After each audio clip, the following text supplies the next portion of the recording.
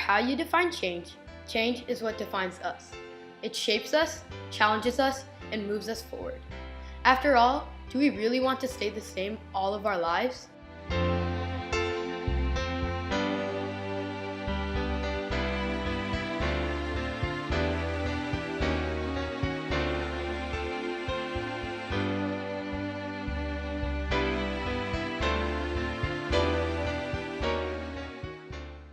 An excellent example of how change can be good is through the program for which we are all gathered today.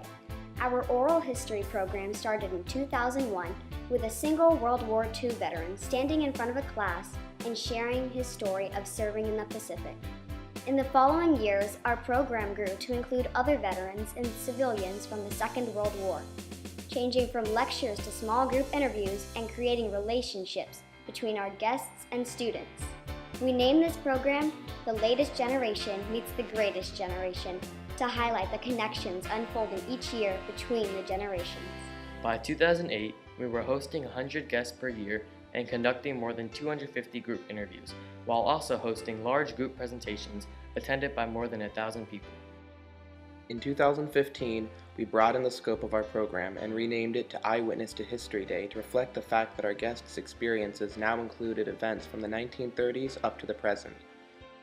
Our program has changed from its humble beginnings to an annual event in which the whole school community is involved, proving that change can indeed be a good thing.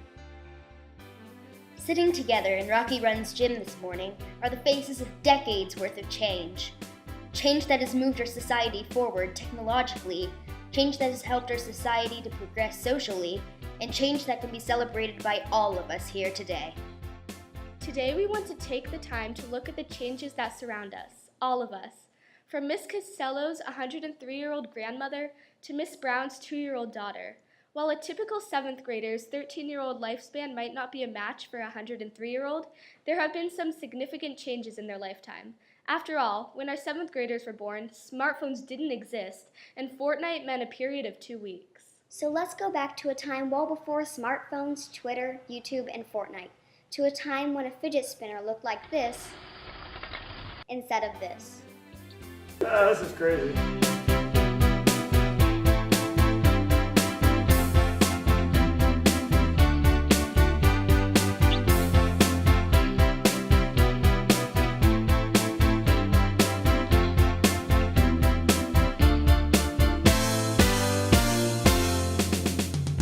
I was born in 1930, so I'm 87 years old, so I guess I've seen quite a few things in my day. When I was born in 2004, people were relying on cordless phones and boxy computers. We went outside the house at 6:30 or 7 in the morning and came back at 6:30 or 7 at night. We were on our own, from basically dawn to dusk, and everything we did was pretty much outside. When I was growing up, we went out and did our thing, and we hung out and we played a lot in the neighborhood. We were all over the place. We stayed out until dark. Now you don't see as much of that anymore. I think a lot of it is there's so much technology and the kids stay in the house a lot and play stuff.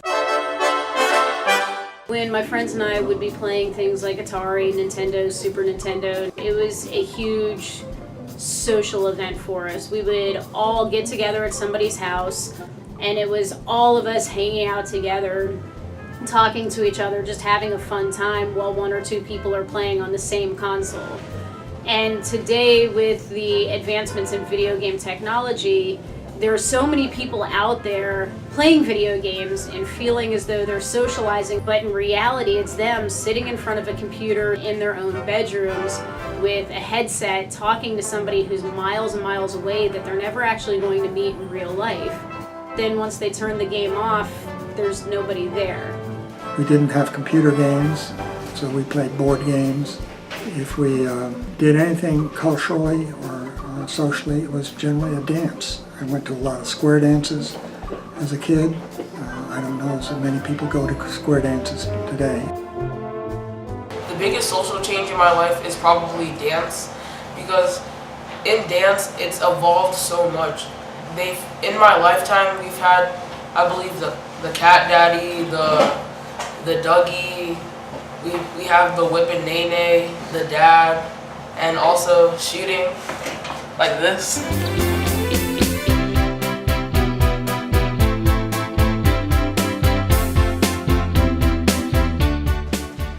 Oh, I think the biggest change, I would say, is the computer and the, what they call it, texting and everything else, which to me is plain stupid because it lost the touch of people to people. Before in smartphones, most people would have to talk to each other or use the giant telephone. First of all, it was a very big phone. It was connected to the wall. There were two phones in the house. One was in the kitchen, and then one was usually up in my parents' room. I always had a long cord.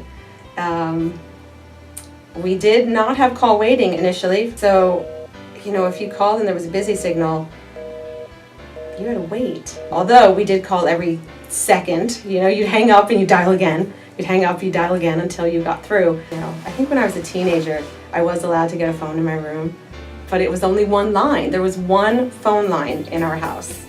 When everyone was getting a phone around my age, the newest one was an iPhone 5, and now the latest one's like an iPhone 8 or an iPhone X, and that's changed a lot.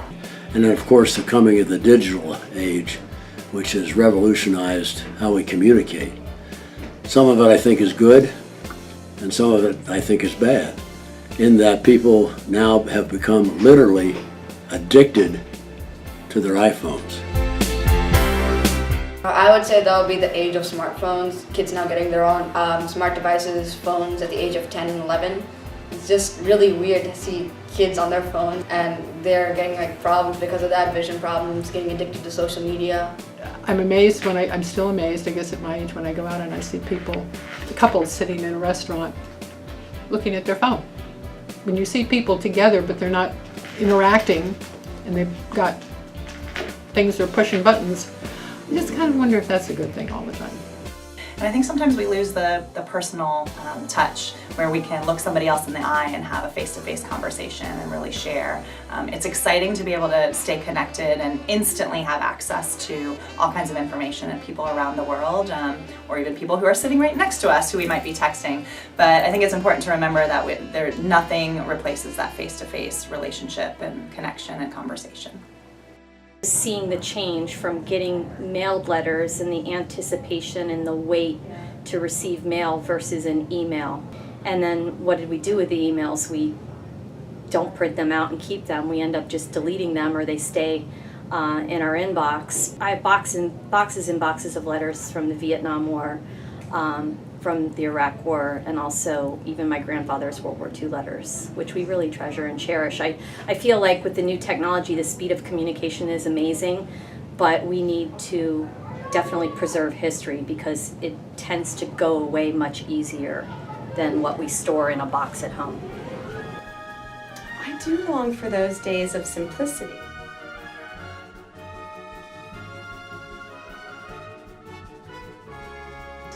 The whole meme culture, it seems weird. It's so unlike the past trend. It went from hippies in the 70s to flannel sweaters in the 90s, and then all of a sudden it just shifts to memes and roasts and insults and weird dance moves, toys. It doesn't seem right. The biggest technological change in my lifetime is probably the speed at which things move. The best example of this maybe is the Sears catalog, which when I was a kid, no, not 1902, but in the 1970s, we would receive a big Sears catalog about a month or two before Christmas, and my brother and I would go through the whole thing looking at all the toys that we wanted and get super excited, mark it up, and give it to my parents to do a mail order, maybe. Today we have things like the Amazon app. In my phone, I have the ability to access millions of products from all over around the world. I can press something, I can use Amazon Prime, and the next thing you know, within 24 hours, I can receive the product that used to take months for me to receive. And somebody comes up with a question, and all I do is, the answer is Google it, and it comes up, it just, it's there. It's unbelievable. I think the biggest technological change I've seen in my lifetime has been access to new information. Because the information was there, it's just we have more access to it than ever. Like 50 years ago, you had to go to the library, get an encyclopedia, or buy one from a door-to-door salesman. Well, when I was a child, a lot of people had the Funkin' Wagner encyclopedia, which was like 5 by 6 inches, and the print was extremely tiny, no pictures. Then people started using World Book encyclopedia, which had pictures in it. Now, you have more information on your cell phone than we had in our library. I'd say Google because it's the best research machine and it's for every child's homework needs. And I harken back to the days when we got our news and our coverage of everything that was going on through newspapers and then radio. But it was a situation where you didn't get anything news other than just from that. If you didn't read the paper, you didn't really know what was going on. And every night you saw the evening news, 30 minutes of news from one of the 3 networks, so that's all there were. And it provided you the information you needed. Now everybody's walks around with their headphones on and their cell phones on and listening to news and media all the time. I started selling newspapers when Pearl Harbor was bombed. I was 11 years old, and the bars on the east side of Detroit, it would be inconceivable today that we'd have young people 11 going in the bars in this neck of the woods selling newspapers.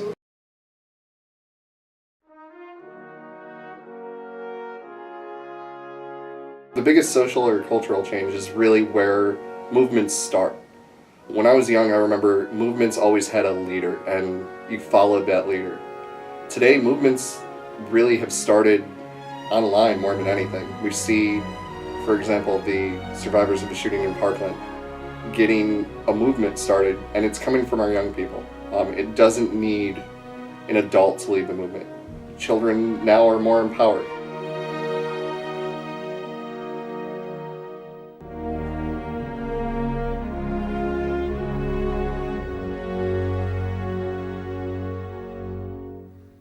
I grew up in the north in Pennsylvania, and we had no segregation at all. I think I would say both. We had none legally, and we also had none that's just not the way life was.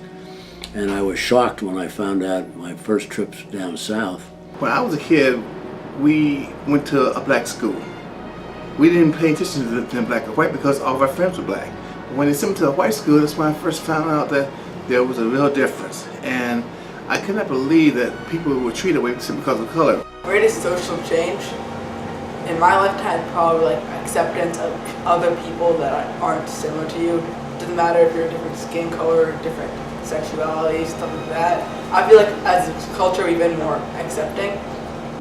I grew up in a town that was 1/3 black during the race riots of the 60s. We've come a long way, and I like that because I never could understand the whole race thing. I mean, we're human. The kids today, I don't think they see color the way they did back in my day. What I've seen a lot more in today's kids is that there's a lot more acceptance of people, despite their differences. A lot of things I've seen in terms of LGBTQ. When I was growing up, that was very well hidden, and nowadays it's become more open, it's more accepted, and kids are accepting people for who they are and what they are, as opposed to trying to run away to different stereotypes. In what we've learned, there hasn't been great acceptances of that in the past, but now more people are proud of who they are.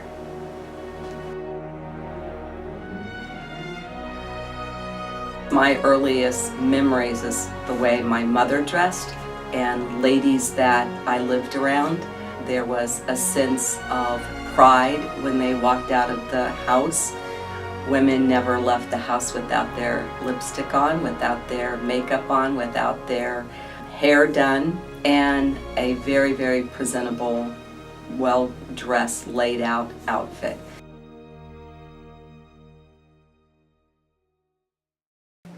I can still remember going to school in a sleigh. I can still remember that. I grew up in Strawberry Point, Iowa, and when I was young, there were 3 cars. My father had one, he was a veterinarian. The physician had one, and the lawyer had one, and nobody else had a car. I think the greatest technological change in my lifetime is probably electric cars that can be used on the highway. I'm old enough that when I grew up, electricity was really not everywhere yet. And so electricity was an amazing change in lifestyle for everybody, and it was a technology that affected everyone when finally electricity was available in rural America. Just the idea of us going to the moon, it astounds me. I'm in awe of, it's hard to believe, of all the things. To see the man on the moon, I'd like to go there myself. I think the biggest technological change was 3D printers when they became a huge thing, because I think they're a gateway to a whole new set of technologies. Scientists made a 3D printed machine that could keep a rabbit's heart beating after the rabbit had died. I'd have to go with the green screen. It's a great technological advance. It allows us to train. As you can see right now, I'm in just a terrible scenario. There's bullets whizzing by, everything, rain, lightning. It's going really bad, so it allows us to take an environment like this and train in it. And so that's what's happening on the green screen behind you? That is currently what's happening. I'm sure you guys can see it, but it's really bad back there. My childhood was in Russia under communism. Is completely different. There is nothing you could compare with this country and the freedom you enjoy here. So no matter what you do, I enjoy it because I'm free to do it. And I'm proud to be American, and I'm very, very, very happy to be American. When you look back at my era, the Vietnam War era, what happened to us, our veterans, and the rest of the folks that went through that, and they came back to the United States after the war, they were pretty much blamed for all that was going on. When we came back from Vietnam, it was like we were back and that was it. Nobody really cared. And the docent at the Pentagon, he said, well, welcome home. We weren't welcome home back then, but we are now. I think that the younger generation is seeing that. They are looked at differently, even though it is an unpopular war, but they're still looked at being welcomed back in open arms, which we weren't. And that was a very moving moment from him to have him say that, because I'd forgotten all about that. And it was, and hear it from somebody else who'd been there. It was neat, really nice experience. As history teachers, we tend to focus on big changes, technological advancements, political movements, social revolutions. But just as important for us to focus on are the changes in small communities. Communities like our own here at Rocky Run. In the past 11 years, we have undergone a lot of change. We have had 5 different acting principals sitting in the front office, 6 assistant principals, and countless teachers who have been in and out of these classrooms, as well as thousands of students who have walked through our doors. But in all those 11 years, we have had one very solid constant pulling our faculty through every major adjustment like the champion that he is. Aside from everything else that he does at school on a daily basis, we can say without hesitation that our program here today would not be nearly as successful or large as it is without the help of our head librarian, Charlie Fonz.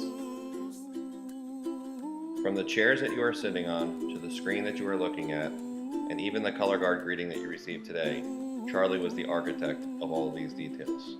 What many people sitting in this audience don't know is that Charlie Fonz is not only absolutely crucial to our organization of iWitness to History Day, but as a veteran of the Vietnam War, he's also one of our honored guests, sitting in on interviews with our students. That is, when we can track him down in the halls and get him to a classroom, assuring him that we have everything under control. Fortunately for us, he knows better, because without Charlie Fonz, we're not so sure we would have everything under control. Voted most dependable in this high school yearbook, Charlie Fonz has 100% lived up to his reputation. We here at Rocky Run Middle School are about to embark on one of the biggest changes at the end of next week. Charlie Fonz will be retiring, and we'll have to figure out how to fill in the holes he's leaving behind. So for you, Charlie Fonz, we want to say a huge thank you for your service, both in the military and at Rocky Run Middle School. One final aloha. And, of course, we want to give you a proper send-off. Fair winds following seas, folks. Wish you all the best.